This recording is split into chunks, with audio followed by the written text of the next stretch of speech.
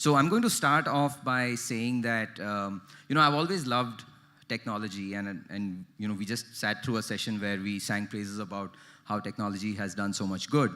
But I'm one of those who's always, been fascinated by technology. I've, right from a very young age, I had the privilege of having access to technology, so spent a lot of nights, on the internet, on ICQ, if people remember that, Napster, if people remember that, and never looked back since. So that's what's kept me at Quest. That's what brought me to Quest. That's what's kept me at Quest for so long as well.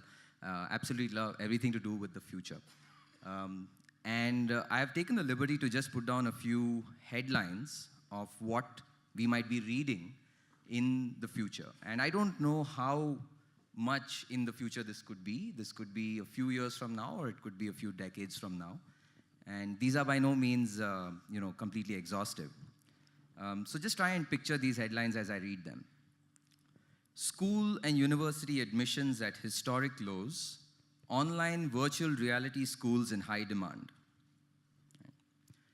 The second headline. Massive layoffs as artificial intelligence and robots increasingly replace assembly lines in factories. Third headline. Platform economy players forced by government to offer social security and wage guarantees to youth. Every parent now becomes a teacher thanks to self-learning teacher courses. Each apartment complex opens its own school. And finally, to make things slightly controversial, Right to Education Act scrapped as technology tools allow for majority of underserved students to gain quality education. So these are some of the headlines that we've been discussing as possible in the future, maybe not so distant future as well. So in light of some of these headlines, I'd like to set the stage for our debate today, where we have maybe fairly divergent views. And I'll first like to request Aarti Dio to take the lectern and share her thoughts. What does artificial intelligence mean? Nowadays, there's a headline almost every day on AI and machine learning. So one key point that I wanted to make is artificial intelligence is a set of multiple technologies, right? We are looking to create more people-like interactions between machines or between machines and humans, and we are trying to teach machines to become more like humans. And that involves, sensing the environment, comprehending that environment, and then, making decisions based on that.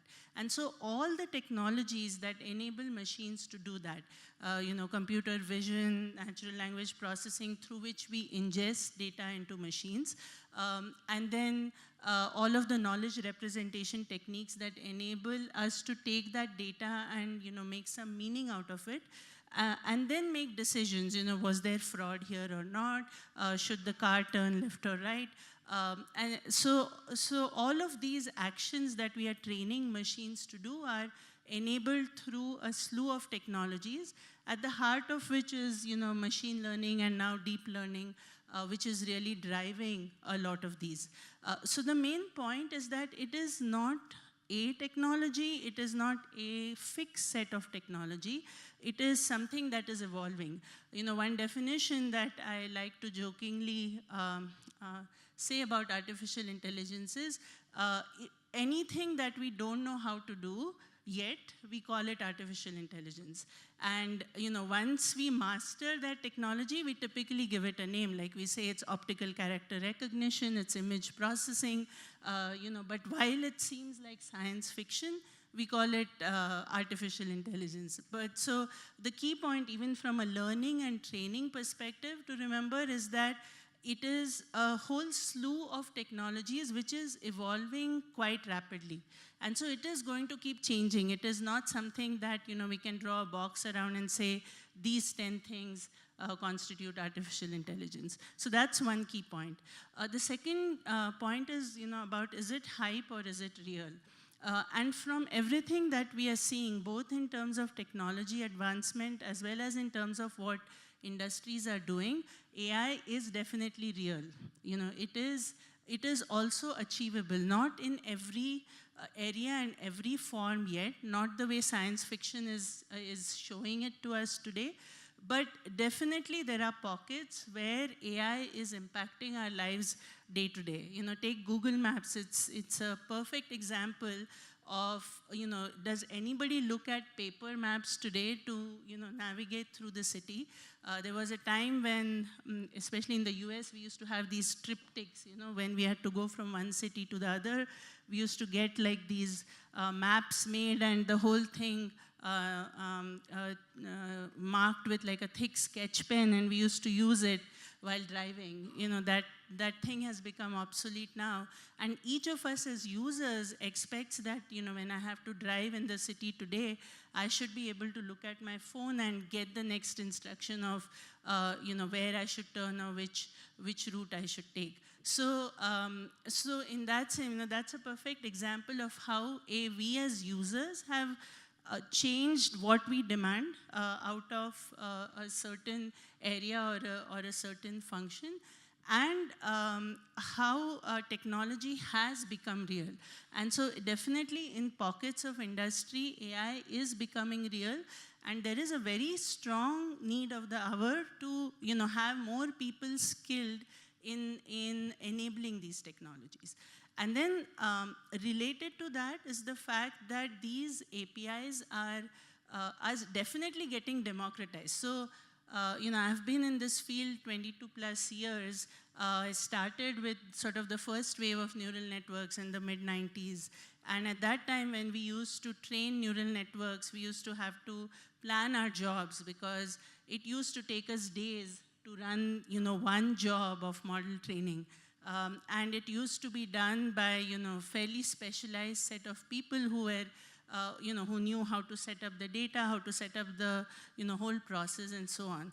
Today, any programmer who has sort of basic programming skills is able to use the APIs to train a model. Now, that model may or may not be the best one or even a good one, but you can create a machine learning model with fairly basic programming skills. So, so that is the change that has definitely happened, and it will continue to get easier to you know, build AI solutions and machine learning model. So that's the second point. And then thirdly, data and computing is, you know, the combination of that has really anyway created the perfect storm, and it is going to keep getting easier. You know, data access is going to keep becoming easier and easier. Algorithms are going to keep getting better and better, and you know, we expect that, you know, more than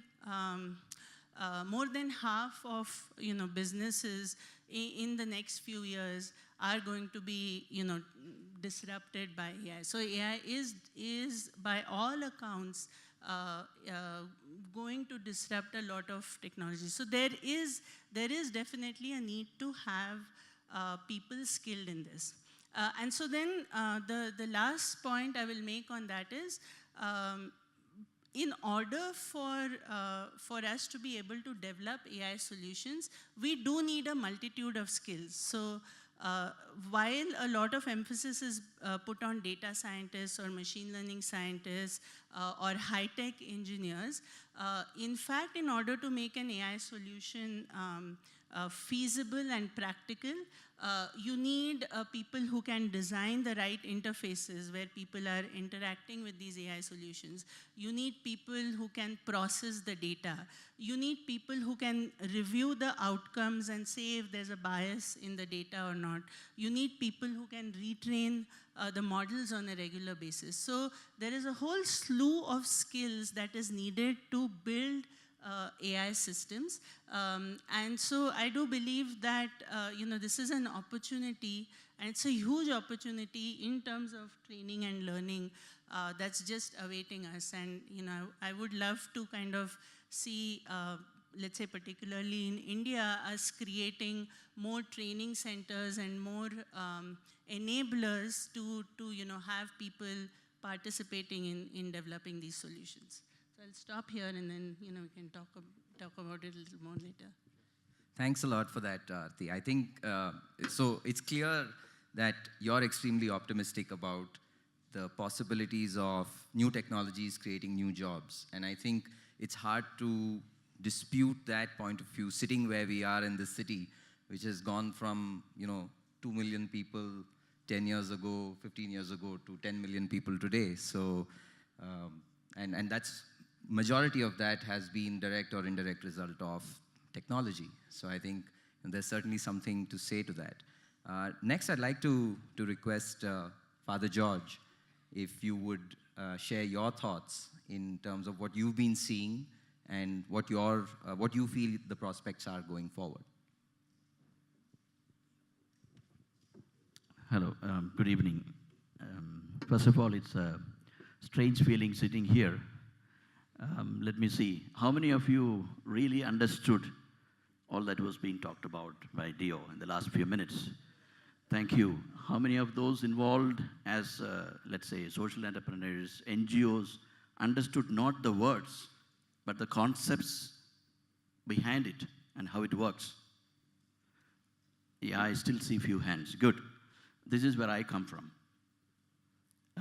I'm not here to debate, to negate the fact of or the reality of AI, API, and all those technical terms, absolutely not.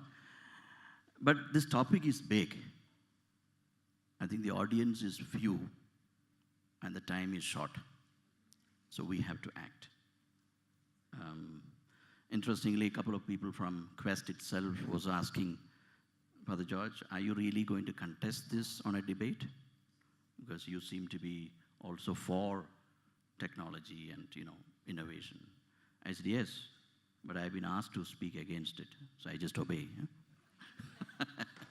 Okay, it's a question of debate, but my point is I was going through some of the documents available and researches available on this, and one quotation with which I think a few years ago, the research study done combined between NASCOM, FICCI, and I think Ernst & Young together, the title page itself says this quote: if the rate of change on the outside exceeds the rate of change on the inside, the end is near.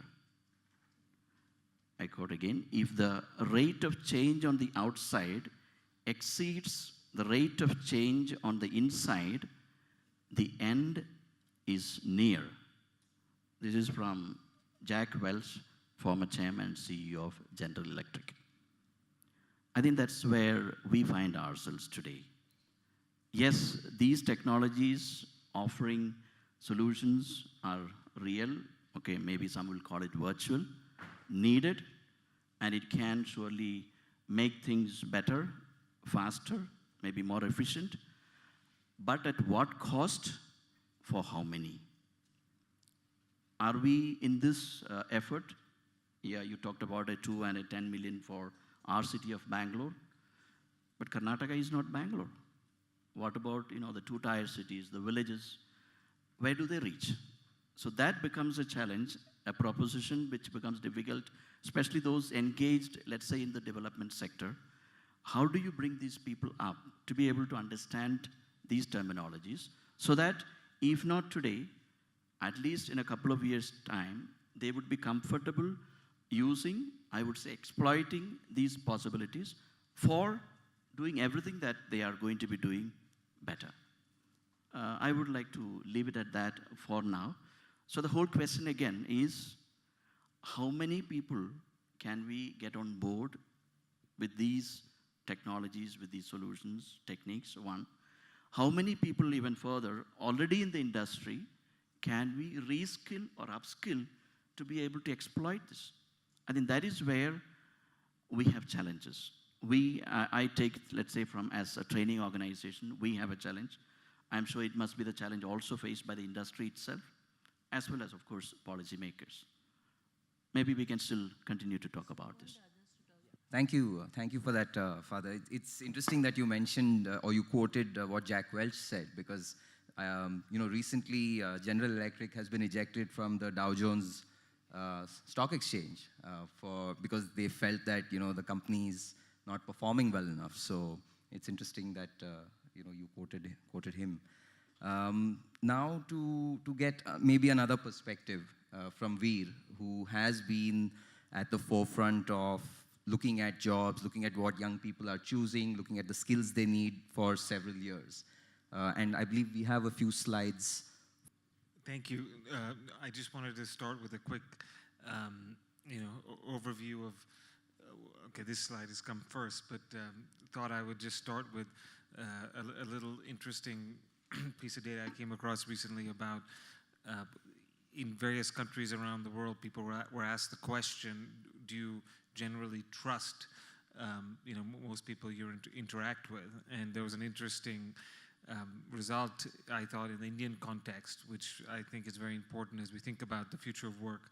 And even though if you look at that, I don't know if you can see this chart, but it's India is all the way on the left side of this quadrant, lower left side in terms of GDP per person, but we rank above 30, almost 35% in terms of the people that positively answered that question.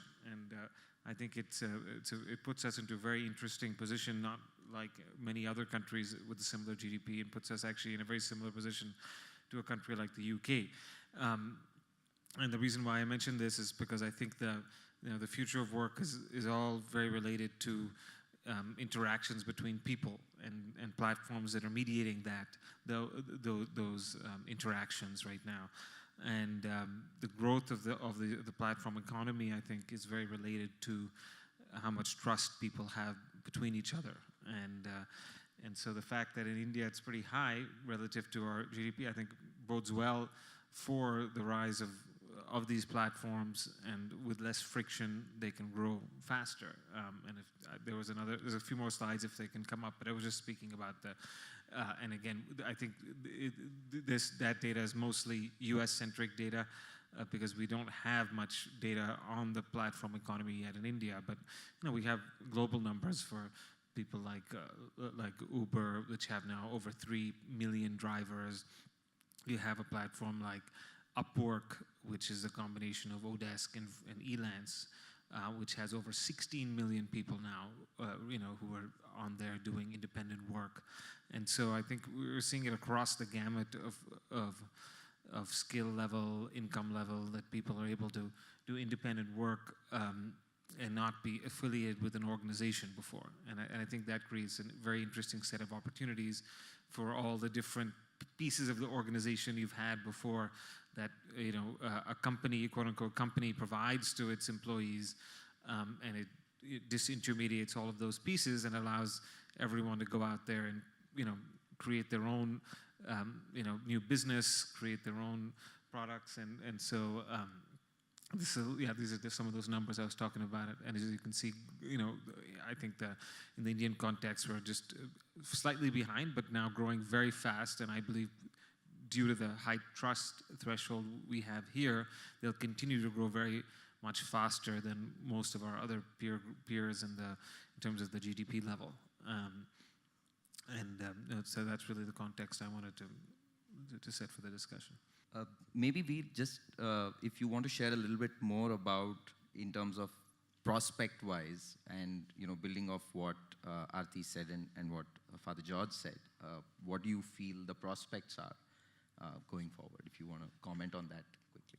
Sure. I mean, I think there's obviously various perspectives on whether this is going to be a positive thing or a negative thing for workers, for the economy, and I'm of the view that it is going to be a positive thing, not without its bumps, but in terms of allowing people to look at different types of opportunities and allowing them to be in remote places, not all congregated in urban centers as well, which is I think a major problem as we see in most urban cities in India today. The infrastructure just isn't there to support the growth, which would correlate to the economic opportunities, which was pointed out in several discussions, are very linked to so I do think that these platforms do help to spread out the the livelihood and income generation opportunities to a wider swath of the population. So in terms of in that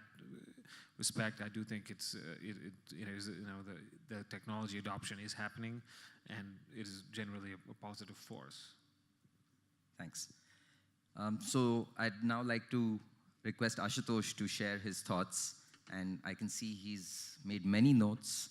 So over to you, Ashutosh. So just a brief background. So I'm an engineer who completed my engineering around 14 years back, and every year I think about what I learned in my college, and I think the only answer I get is hard work.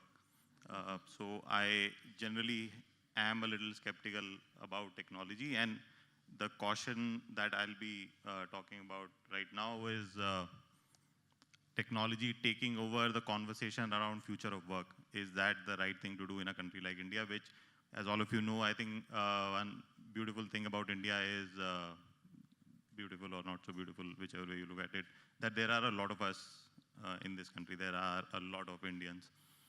Just to share some numbers which I have pulled out from very trusted sources, like Mint, which is a very popular newspaper. So there are, India by 2027 will have a billion-strong workforce.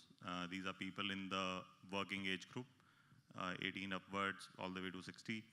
I think every year we are adding 12 million people to our workforce. So young people who are entering the workforce are 12 million, and the number of jobs being created are 5.5 million. Now, the moment you talk of technology and the impact of technology, and on the side of the government, on the side of industry, the intentions are good. We are running on full fuel. So the 12 million number is bound to go up. In the future, the number of people entering the workforce slightly better trained is bound to go up. Unfortunately, this 5.5 million jobs may just go down. Because if technology does what it's promising to do, even if 30–40% of that, these jobs numbers would go down, and the gap just continues to increase as I see it. Interestingly, a lot of these billion strong workforce is going to come from states which do not have very good education systems, states which do not have very strong. So very few jobs are coming from southern India. Most of these jobs are coming from states like Bihar, UP primarily, and we know there is a big struggle historically around are young people coming from these states well prepared for the modern economy? Perhaps not, and I guess a lot of you know this better than anyone else. So when these education systems are not well prepared, and when the struggle is still to get onto the bus, and we were just having a quick chat, Father George and I, that a lot of these people are yet not, they have not boarded the bus. And every time someone talks about platform economy, what the image that comes to my mind is a platform on a bus station, where there are some people sitting in the bus and just waving their hand saying, now we are off. And then there are so many thousands who are just standing there waiting for, and you can't really get into a bus that easily in certain cities. So the question that I have, or that I keep thinking of, is now we know there is a big distance or a massive distance between a lot of young people today and digital as we define it today. It's not extremely easy to reduce this distance in the future. This distance would continue to grow. And this was something that was surprising. I wasn't really, again, quoting from the Mint, which is a reliable source. Agriculture continues to absorb a substantial chunk of new entrants into our workforce every year. I don't know if any of you knew this, but agriculture sector, which largely absorbs 60% of our workforce, is engaged in agriculture, and it continues to absorb the largest chunk of new entrants into the workforce every year. Now, if future of work is not talking about agriculture, then clearly we are maybe not talking about Bangalore also, we are just talking about Koramangala and Indiranagar.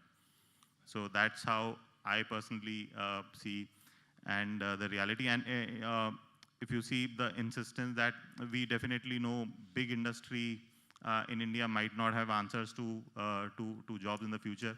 small and medium enterprises are something that that needs to be a focus, which rightfully I think policy is also focusing on them. We also know something that Akash had mentioned in the opening presentation. Care economy is something that potentially can lead to better jobs, high quality jobs, and not just in urban areas, but nooks and corners of the country. And so, in my mind, future of work should necessarily be people first and technology later. So that's what I have to say. No, thank you for that, Ashutosh. You know, so Steve Wozniak, one of the co-founder of Apple and a true genius, you know, he was asked, what do you think of San Francisco? And he's supposed to have responded by saying it's 42 square miles surrounded by reality. And I think from both of what Father George and Ashutosh are saying is, you know, are we talking about this in a bubble? And, you know, what about, you know, the 500 million people who are in UP and Bihar and MP and other places? You know, what about them? How will, you know, the urban claps and the Ubers and the Olas and, you know, other stuff benefit them? So I think, you know, that's what I'm kind of taking away. And so quickly to go back, and I know Aarti's been wanting to share her counter views. So over to you. So I set them up well in terms of the debate, I think. But so let me ask a question to this audience. How many of you carry a mobile phone with you? So while you may not have understood everything that I talked, you're each of you using mobiles. How many of you do you think your parents carried a mobile phone at the same age as you did? Nobody, right? So the, you know, the digital innovation that happened before this current innovation has touched every person in this room. So you don't have to understand APIs, you don't have to understand code, but you are using and benefiting from that technology. And the same is going to happen with these new technologies. So that, and did you need special training and 3-day workshops to use your mobile phone? Hopefully not, otherwise it's not a very good phone. And so I think as these solutions evolve, it's not going to be this, you know, big pie in the sky thing that you'll have to get on an aeroplane or a very high-tech bus to reach to. It's something that's going to come into your homes, into your offices, into the farms and fields. You know, in agriculture today, since Ashutosh talked about agriculture, UAVs, drones, AI, machine learning is all being used to make agriculture better. Now, it's still evolving. You know, it's not a perfect world, and it is, there are challenges to overcome. I'm absolutely not discounting those. But what I'm saying is I don't think we have to be afraid of those. I think we have to prepare for them. And I do think that it will benefit. It's not going to be only the select urban areas. You know, the mobile phone example that I gave, you know, all the rural areas also today, people are using mobile phones today. They have internet cafes, and maybe there's more to do. Maybe internet is not there everywhere today. Maybe electricity is also not there everywhere today, and that has to be developed. But I think it will, you know, it will become all pervasive. So that was one point. The second example I just want to give is just from an interest perspective. So in the early 1900s, when factories first started, there used to be a role in these factories which many people used to perform. And this role was reading books to the factory workers so that they don't fall asleep in the afternoons. So there were specialized book readers, many book readers, who, you know, who could entertain by reading in a very interesting way, and who would come into the factories and read to all the workers while they were working. That role is obsolete today, and it was made obsolete because radio was invented, right? So before the radio was invented, probably it was late 1800s, this was a job held by many people. And so you could say, well, you know, this these people are now going to lose their livelihood with this new radio technology. But of course, radio brought about so many new jobs that people had to be trained for. Now, so the challenge still remains that you still have to upskill people to be able to work in those technologies. But my point is, this has happened over and over again for hundreds of years. Every new technology makes earlier jobs and earlier tasks obsolete, brings about new things that, initially look scary, look like they are sort of elite, but, they do spread around today. We don't think of radio as high technology at all today, but, it used to be sort of elite and accessible only to few once upon a time. So I'll just, I'll stop on those 2 points and let others, address any additional points. Sure, thanks, Aarti. So we have about 10 minutes. So I'm not going to take this in any particular order. So I just request if, panelists have burning responses or they feel that they have something substantial to share, then by all means. So I think what you just said makes that's how ideally it should be. But from what's happening, and maybe that's also a function of overuse of tech in the first place, that now all of a sudden we know artificial intelligence. So last year we had a young person we had 4 young people on the stage, and one of them actually said, from whatever little Kannada I could understand, that he does fear if a robot takes over his work, what will he do? And it's people like him who will be wiped out, the bosses will stay, the peons will stay, but people who are working on the shop floor are gone. So the fear was very real in how he was narrating his experience. And perhaps that's where the caution needs to come in, that technology to make lives simpler, easier is one, but technology to, or not to plan well. And so if you see, out of these 12 million people who join the workforce every year, maybe 1.3, 1.4 million are engineers. So if we say, let's keep the technology with the engineers, let them upscale, do whatever is needed, and the remaining people still stay in the focus of policy. And how, from where I look at it right now, I think the debate is completely going in one direction, that big tech will take over and no one knows how to prepare. And for governments like India's, where policy itself is very complicated because there are so many things to think about, just the difference between states is so massive, somewhere that's the caution.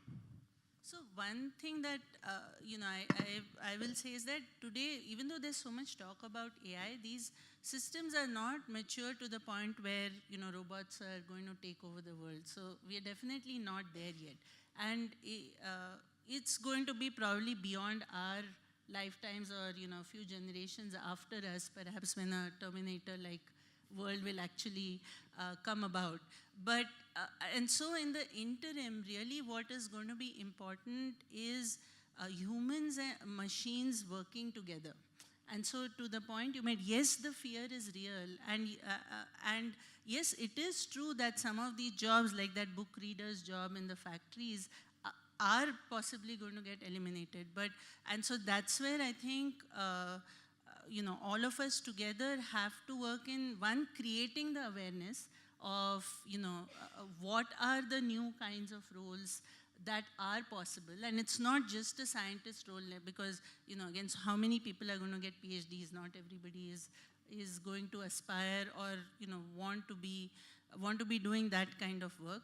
But everyday things, there will be roles that people will have to perform to interact with some of these new systems. And so, imagining those, creating, awareness about those, and then, training people, I completely acknowledge that it is a challenge. It's something that we have to take up and work on. But it's also an opportunity in that sense.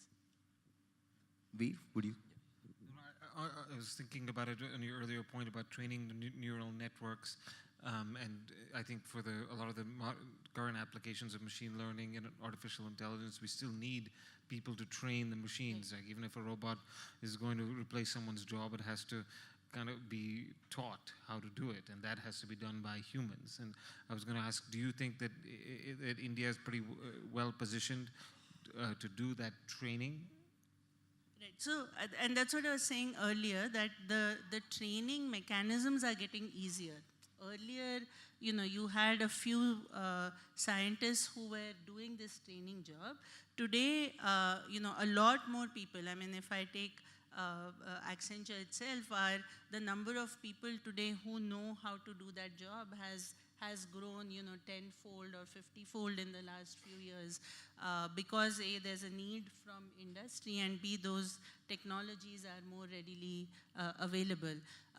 And that's one part, but there will also be roles which are not about training the robot, but actually interacting with it, because the robot is not going to be perfect in everything it does. So it will probably do a few tasks, and then there will be additional tasks that it will need a human's assistance, or it will need someone to test the systems before it goes live, and so for all of those, we are going to need people to, build the right kind of systems.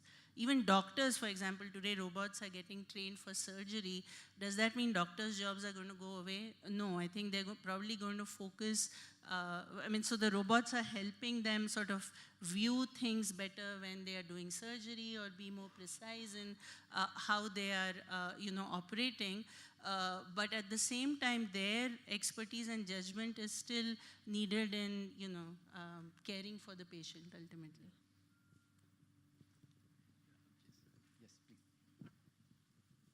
See, I do see that, yeah, surely there are not going to be everybody thrown away from work just because of leveraging on technology solutions. But the kind of jobs are going to be different. My point here would be, how are we as a nation, or let's say as interested, engaging people, getting ready for it? You talk about it, let's say 30 years ago, internet was just beginning. It's, and today the whole lot of things have changed, work scenarios have changed. It's hardly 3 decades. So it's going to change at much faster pace. From, let's say, however important or small stakeholders we consider ourselves to be, because expecting, let's say, the government to do everything, I think it's going to take a lot of time. And thankfully enough, yesterday there was an official circular from the DGT saying that IoT can be a subject in the ITIs. Okay, not bad. They have said you can teach it in our industrial training institutions. Well, now how much of time, effort, and investment is going to happen just to make it happen? We were inquiring into it. What we have learned is it would cost something like 25 lakhs to set up a lab for training IoT for 25 students at a time. One. The normal fees today by certain training organizations for this course of up to 2 months to 2.5 months is anything between 45 to 55,000. So who and how many can access this to be ready for tomorrow's Industry 4, which we're talking about? It's interesting that we made a point, and I believe that in this AI, we are trying to make the machines more human. I'm afraid we are trying to make human beings a little more human. Where do we go? No, I'm just talking about the ground reality. So where do we draw this balance? Where do we draw the scale? And at what pace? And that's what I said very beginning. Yeah, the topic is big. We are so few here, and the time is so short. So I think there has to be a mission mode by all involved to get there in such a way that we don't, as those said, make the gap bigger for those who are, let's say, a little out of the so-called privileged locations. So then maybe, while we may be beneficiaries and, let's say, users of technology solutions, but to be making a livelihood with that, I think it takes a greater calling and commitment. Sure, agreed. And there's no argument that it's a big problem to solve. I think it needs everyone to sort of innovate, even in how we provide training, how we take it to other, let's say, less accessible geographies, areas, populations, and so on. So, I mean, I don't know that we can have an answer in next 5 minutes, but it is definitely, that's acknowledged that it is a big problem to solve. Thanks. I certainly don't want this debate to end, and I've been shown a sign that says stop. So I'm going to stop here in terms of the debate, but I don't think this is going to stop today. I think it's a conversation that will and should continue for some days to come. I'm going to take 5 minutes because we started 10 minutes late, but I'm going to take 5 minutes and open up to the audience. If there are some questions, keep them short and to the point, or if you have an observation, keep it short and to the point. And if possible, also give me your headline for the future, if you can think of one. And I'd also request the panelists to think of one headline that they would like to leave all of us with before we end. Yes, please. Hi, my name is Sean, and Veer and I used to work together at Babajob. My question is just for you guys, which is if you had a recommendation for everybody here in terms of where you'd like to see this space go, and I'm kind of curious of like, what would be your wish to push this field, given all of the challenges that you guys articulated?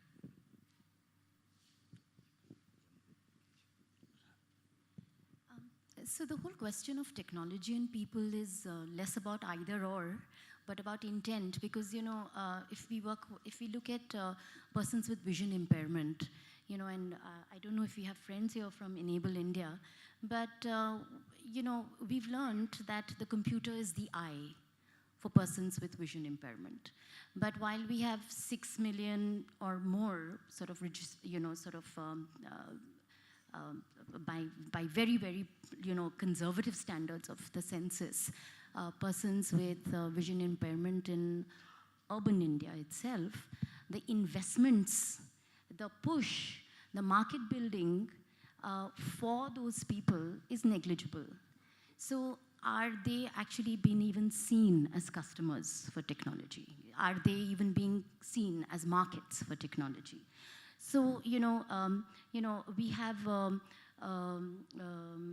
home managers who come to our homes. Very often they have phones that are bigger than ours, right? And better than ours, better than mine at least. They use it to see films. But what is the higher purpose of technology, and how can you... So the point is that it's about not technology versus people, but where is there going to be a collective calling for technology for people and for technology for the last mile? I think that's the question. Sure. And we have one more question from Deepika, as long as she's not going to tell me to stop. Right? I'll keep my question short. So I'm Deepika. And the question, in India, where up till now, I think more than 80% of children go to government schools, where most of the reports show that a grade 5 or 6 child is not even able to read or write the grade 1 basic arithmetic or language. How well prepared are we in terms to exploit the purpose of technology? And I completely agree that it's going to penetrate in our lives and it's going to be impacted, but to what purpose are we going to make use of it? And how ready as a nation are we to exploit the kind of opportunities that it can lend us? So, and then where should the investments be when we are talking about the future of work? So there are 2-3 questions in that. Sure, I'll just pause there, and if we want to respond to these 3 questions. So Sean said, where do we want to see this place going? Manisha, what is the higher purpose? And how can we make sense of all of this? And Deepika's question in terms of the realities of today and how are we going to respond to those realities? So I'll just add to your point of how can this room help, let's say.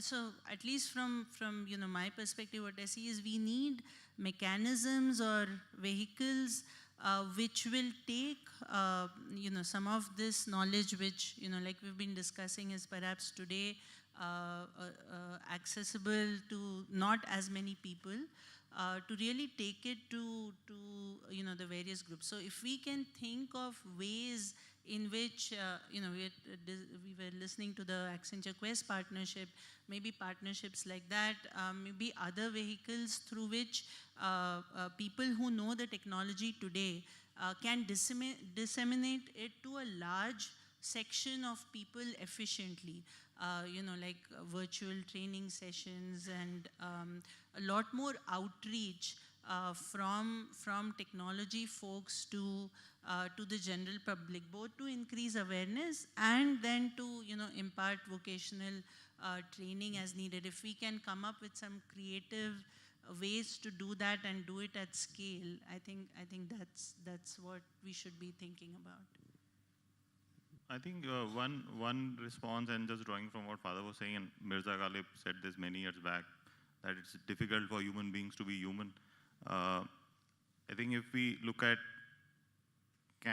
especially people who are educators, people who are planning learning environments, people who are investing in learning environments, can we focus on helping young people be better human beings? And that includes better access to education, better access to health, better access to resources.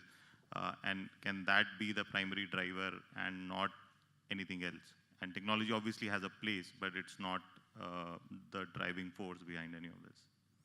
Yeah, no, I would agree. I think oftentimes, with your question about what's the higher purpose and what's the, I think oftentimes you get very myopic vision, and once you start building a technology, you get very obsessed into getting certain pieces of it right, and you forget about that higher purpose. And so I think it is important, especially in a place like Bangalore, to take a step back and say, okay, what's the reason we're building this product and what's it going to do?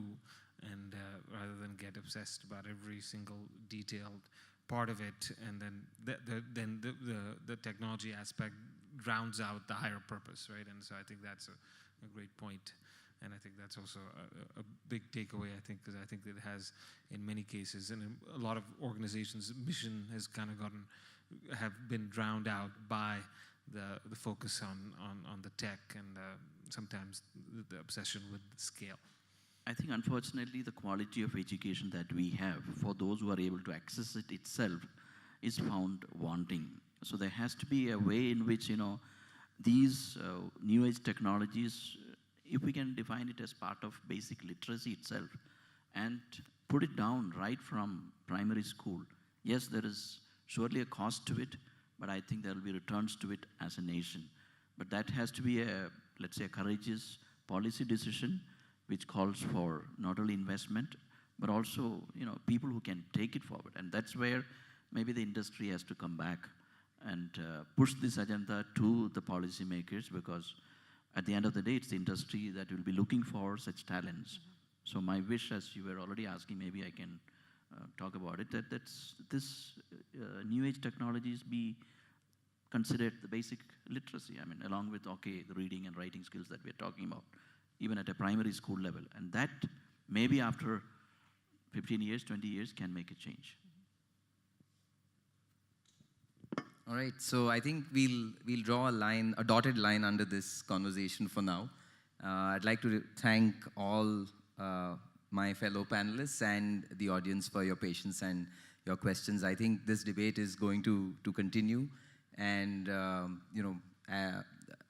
the technologists and technology is going to continue to evolve. I think that's just been, the story of how we have evolved as humans, and I think that there has always been new things that have come onto the scene that have changed things in ways that maybe we thought it would, and maybe we didn't really understand. And some of the fact that some of the sci-fi scenarios from, say, 20 years ago are actually coming true today, is testimony to that. So I don't think technology is going to stop. The question is, how are we going to respond? And the fact that we're debating this, going back to one of the things that Punya mentioned earlier today, was about, a problem, fights back, which means that it's worth kind of attacking as well. So this is certainly, maybe it's not a problem, but it's definitely a scenario that needs us to respond, and needs us to respond in ways that requires collective action. So with that, I'll end here. Big round of applause to the fellow panelists.